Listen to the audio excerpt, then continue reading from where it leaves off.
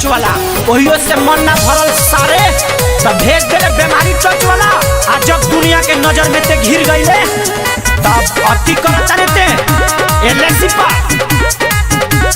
सुन कोरोना फैला वाला से हीरो ना कहइबे रे चाइना राजन फिल्म इंडिया के आगे मरद बन नहीं पैबे रे चाइना। बहन बेचवा कहइबे रे चाइना, बेटी बेचवा कहइबे रे चाइना, बहिन बेचवा कहइबे रे चाइना। बुझले रिकॉर्डिंग बाय बिहारी म्यूजिक चकिया। बहन बेचवा बेटी बेचवा बहन बेचवा कहइबे रे चाइना।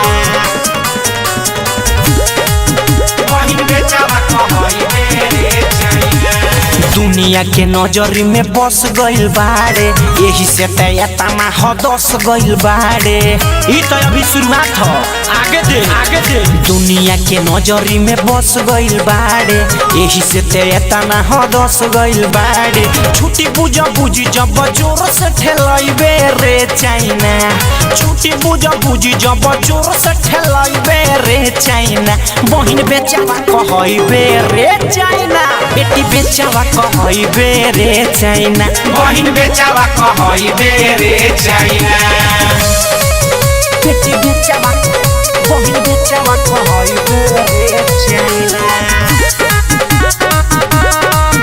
बहिन बेचवा कहइबे रे चाइना। पहले वाला हवे नया भारत घुस जाई भीतर ले चिरत भारत। 62 बुझता रही 20 पहले वाला हवे नया भारत घुस जाई भीतर ले चिरत भारत। कोई जानी रज से आँख न मिलइबे रे चाइना, इंडिया के सेना आगे टिक नहीं पैबे रे चाइना। बहिन बेचवा कहइबे रे चाइना, बेटी बेचवा कहइबे रे चाइना, बहिन बेचवा कहइबे रे चाइना। इंडिया के आगे मरद बन नहीं पैबे रे चाइना। बहिन बेचवा कहइबे रे चाइना, बेटी बेचवा कहइबे रे चाइना, बहिन बेचवा कहइबे रे चाइना। बात तेरी माँ की।